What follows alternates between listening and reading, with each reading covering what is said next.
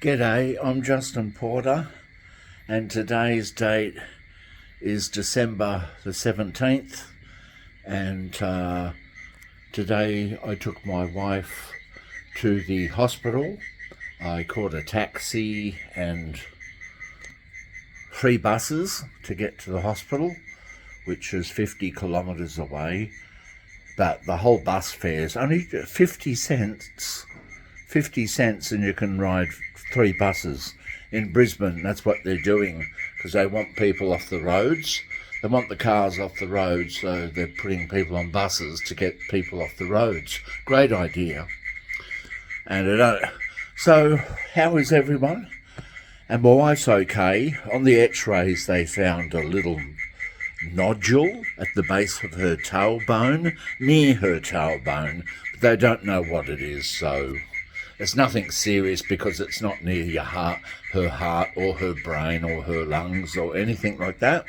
So that's good. And at the moment, my beautiful wife Nicole is upstairs on a Zoom meeting. She's on a Zoom meeting, and tonight she has a talk. She has a talk tonight. What the sisters do, the Jehovah's Witnesses sisters do, they'll have a Bible presentation. So tonight Nikki's waiting at a bus stop with a worldly lady who has bad health. And Nikki will say to the lady, the other Jehovah's Witness sister, how are you today? I have bad health, whatever, cancer or whatever health problem. And Nikki's going to say, well, did you know the Bible has a beautiful hope of God's kingdom when sickness will be no more? And here is a website you can go to, jw.org, and that'll show you the cure. Now, I asked this about, I was in the waiting surgery at the doctor's today, and I said to Nikki, I said, you got to talk tonight. She said, yeah, I've got to talk. Oh, you've got to talk tonight in the Theocratic Ministry School. So I said, you'll have to go to the meeting. You'll have to get a sister to pick you up to take you to the meeting. And she goes, no, I'm doing it on Zoom. And I thought, Zoom? You can have a talk, a Bible talk on Zoom? Because I left Jehovah's Witnesses 6 years ago. And she goes, yes, you can do it on Zoom. Oh, right. And so you're doing a 5-minute talk on Zoom tonight. And she goes, no, it's not 5 minutes. It used to be 5 minutes. It's only 2 minutes now. 2 minutes? Not 5 minutes. Oh, no, they cut it back to 2 minutes. And she'll be standing up on stage with her sister, but not on stage because she's doing it on Zoom. And I thought, wow. And apparently what's happening, they only do 2-minute talks. And I said, well, you're going to direct the householder onto jw.org. Aren't you going to show her, and a scripture came to my mind, Isaiah chapter 25, verse 8, where it says, no resident will say, I'm sick. Oh no, I won't be showing her that scripture. I'll be pointing her to jw.org so she can find out more. But I said, shouldn't you be going to the Bible? I mean, I'm an atheist. Agnostic atheist, so it doesn't really bother me. But I said, what about using the scripture Isaiah chapter 25, verse 8, that says, no resident will say, I'm sick. Oh, no. I'd be directing them to the jw.org website. And I said, well, what about showing her Revelation chapter 21, verses 3 and 4? You know, wipe out every tear from their eyes and death will be no more. No death will be no sickness, you know. All the tears will be gone, you know. And she goes, no, it's only a 2-minute talk, and directing my householder right onto jw.org. And I go, wow, it has changed in 6 years, because they're not showing people the Bible. They're showing people jw.org. And here's the lights again. These aren't Christmas lights, these are fairy lights. And that's a cricket you can hear. Now, here in Australia, we've had, Nikki and I have lived here 2 years, we've had about 5 brown snakes in our garden here. We've had 5 brown snakes in 2 years. Now, brown snakes are one of the world's most deadliest snakes. And if they bite you, if you get bitten by a brown snake, you'll be dead if you don't get the anti-venin. And last summer, we had a brown snake, we had a brown snake trying to come in here. Now, that's glass. That's glass there. As you can hear, that's glass, right? We had a brown snake trying to come in, but it couldn't get in. And another time, I opened up the back door. To come outside, and just where the bricks are, there was a brown snake just curled up there. A brown snake stretched out, not curled up, but he was stretched out. And I had to reclose the door and make a noise, and he went. Now, brown snakes are very dangerous, extremely dangerous. And behind that fence there is kangaroos and a lot of snakes. A lot of snakes behind that. So Australia has some of the most deadliest snakes in the world. And we also have the taipan, we have the brown snake, which the brown snake kills more people in Australia than any other snake because it likes to live near people where there's mice and rats. Brown snakes like to eat frogs, mice and rats. Funnel web spiders, one of the world's most deadliest spiders. Australia's full of funnel web spiders, which will kill you. If you get bitten by a funnel web spider, you will die. And they're an aggressive spider. Look them up on the internet. And if you get bitten by a funnel web spider, you'll be dead without the anti-venin. But the last funnel web spider death was in 1980 because they had venin after 1980. They had funnel web venin. We also have one of the world's most painful jellyfish here on the Gold Coast. Nikki and I about 90 kilometres from the beach as the crow flies, about 90 kilometres from the beach. We get the Irukandji jellyfish, which is a little bit north of Brisbane, but they like the ocean temperature to be 25 degrees. If the ocean temperature gets to 25 degrees, that's when you get the Irukandji jellyfish. But look up the Irukandji jellyfish. It's one of the most painful creatures on Earth. And the Irukandji jellyfish is about as big as your little fingernail. The Irukandji jellyfish is as big as your fingernail and very tiny. See how big my little fingernail is? And that's how small they are. And they're kind of transparent, but one lady, she had a stinger suit on and she got stung on the lip. And she says it was so painful, they gave her heaps and heaps of morphine, but it was like she felt like she was being hit by a cricket bat and the pain was excruciating. And a lot of people have had heart attacks from Irukandji jellyfish because the jellyfish sting is so painful, agonising, and even morphine won't cure the pain, but very dangerous, very dangerous. Australia also has the world's most dangerous bird. Yes, we have the cassowary, which is about as big as an emu, and on the cassowary's head it has a bone-like protrusion that looks a bit like a blunt axe. And the cassowary has, like an emu, if you've ever seen an emu, the cassowary has giant claws, and they're very aggressive during mating season, and they will run towards you, and they're as tall as a human, cassowaries, like an emu, and they will disembowel you down the stomach with their giant claw, disembowel you. And Male kangaroos, wild kangaroos, are very dangerous. If you feed them, once you feed wild kangaroos, they become dangerous and they will approach you and demand food off you, and they'll kick you and scratch you, and so Australia has some very dangerous creatures. As you can see, I'm wearing bare feet. Oh, and here's a cane toad. Here is a cane toad. That is a cane toad, which are poisonous. That's the cane toad here. He's poisonous. You see him under the table? I'll zoom in and I'll get a better picture of him. But that is a cane toad. Oh.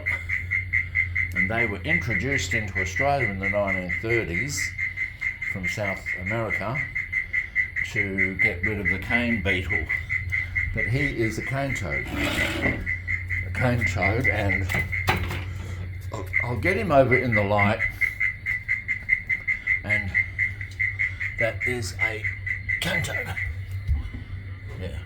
And our cat would love to get the cane toad, but the cane toad has poison come out of its skin.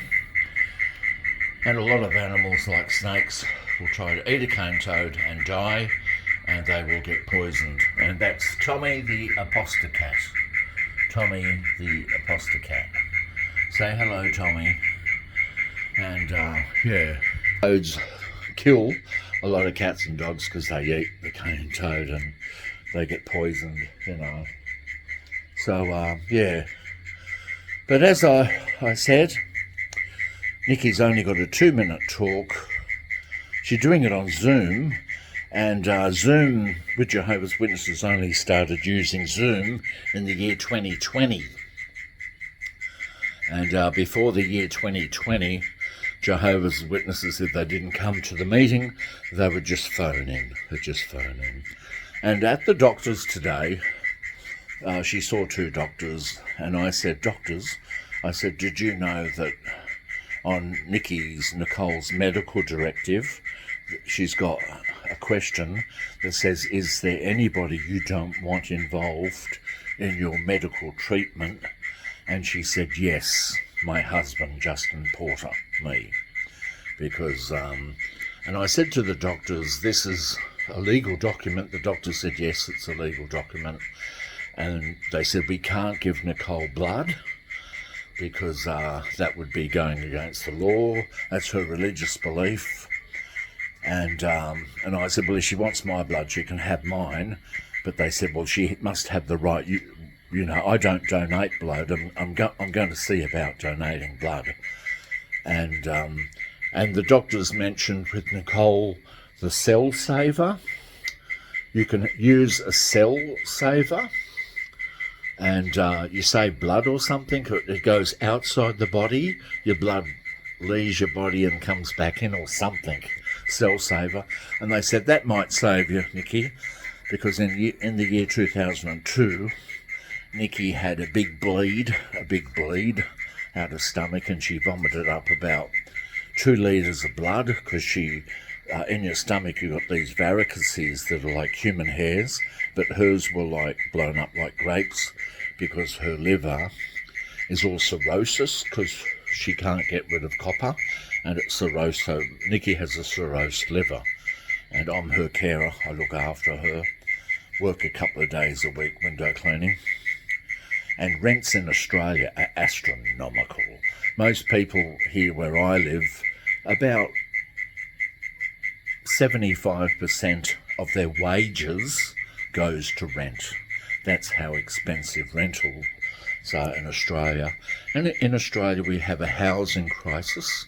There's a lot of homeless Australians, and when you go looking to rent a place in Australia, you usually have about 100 people applying for the same rental, because we have such a lack of housing, and it's immigration, and it's also just expensive, it's just expensive, to live in Australia. And so like everyone else, something landed on me, some insect landed. I was scared the the Jesus out of me there, or whatever it was. But yeah, and I want to sing a song. And yes, I know how lonely life can be. The shadows follow me, and the night won't set me free. But I don't let the evening get me down. Now that you're around me, the people ask me how I've lived till now. I tell them I don't know. I guess they understand how lonely life has been. But life began again the day you took my hand. And yes, I know how lonely life can be. The shadows follow me, and the night won't set me free. But I don't let the evening get me down, now that you're around me. Now that was sung by Perry Como. Perry Como sang that song. Perry Como was born in 1912, and he died in the year 2001. At the age of 89. Check out that song by Perry Como. It's called And I Love You So. That's the name of the song, And I Love You So, by Perry Como. And it's a beautiful song because as an ex-Jehovah's Witness, a lot of ex-Jehovah's Witnesses are watching this YouTube video, and a lot of Jehovah's Witnesses, and people who aren't Jehovah's Witnesses. Being shunned is a very lonely experience, very isolating, and can lead to suicidal thoughts. But stick with it because it gets better as time goes by. You get used to it, you kind of get used to being shunned, and you come to realise that, well, I used to shun people when I was a Jehovah's Witness. And I used to think when I shunned somebody who was disfellowshipped, I was doing a loving thing, because I thought if I talk to that person, they're not going to want to come back to the meetings. And who am I to question Jehovah's discipline? Jehovah's disciplining that person to come back to the Kingdom Hall. And who am I to, talk to them? And I thought, by shunning them, we're showing them love. But it's a cruel, very cruel thing to be shunned. And I never realised how much pain it causes, And it is a sad thing. And being called an apostate, liar, and actually being slandered and saying that you're a liar. You're spreading lies about Jehovah's Witness organisation, but I'm not. Apostates are telling the truth. They're telling the truth. They're posting videos on the cruel practice of shunning. They're exposing the two-witness rule, where when a child is molested by a Jehovah's Witness, there has to be two witnesses to the crime. Two witnesses to the crime. They're getting away with it, and it's a criminal offence. And also the blood policy, people are bleeding to death, bleeding out, because they will not accept a blood transfusion. I went through that today with my wife at the hospital. She's told me if I ever give her a blood transfusion, she'll divorce me. And she has a legal document, and the doctor said, no, we're not going to give her blood, Mr. Porter. We're going to respect her religious beliefs. But fleas, mosquitoes, ticks, and vampire bats can all have blood transfusions. Leeches, ticks, vampire bats, they drink blood. They live on blood. I said to my wife, why can't a dying Jehovah's Witness baby have a blood transfusion? And she said that, Jesus didn't die for the vampire bat and the tick and the leech. Jesus just died for humans. And I'm not even a Christian. I'm an agnostic atheist. I'm not a Christian. And I debunk the Bible with my videos. And my videos have twofold purpose: to expose the Watchtower cult as very dangerous, and also to expose the danger of Christianity, because I find Christianity causes more harm than it does good. Teaching little kids that they're going to burn in hell if they don't worship Jesus.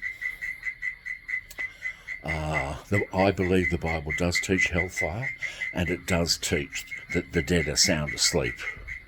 And the Bible also does teach annihilation. The Bible just contradicts itself.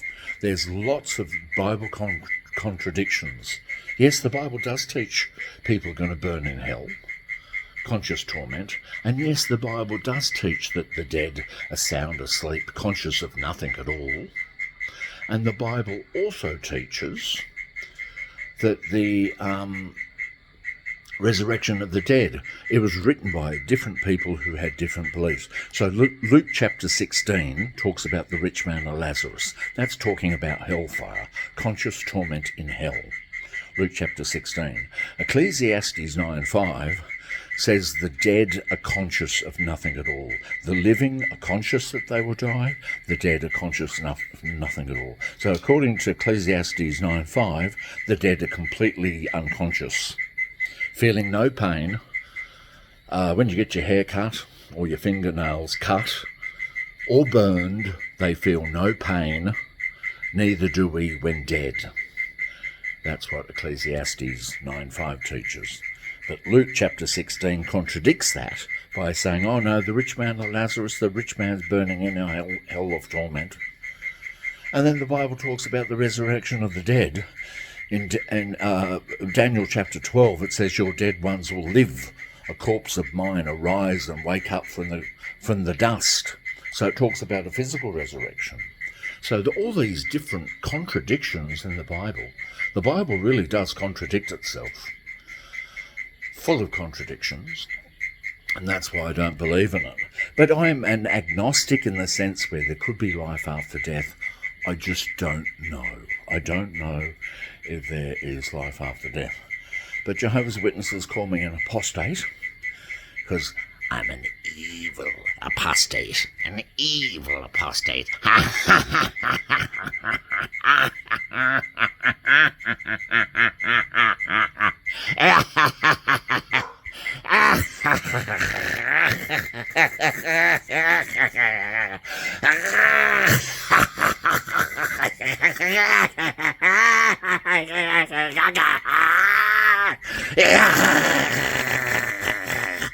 Evil apostate.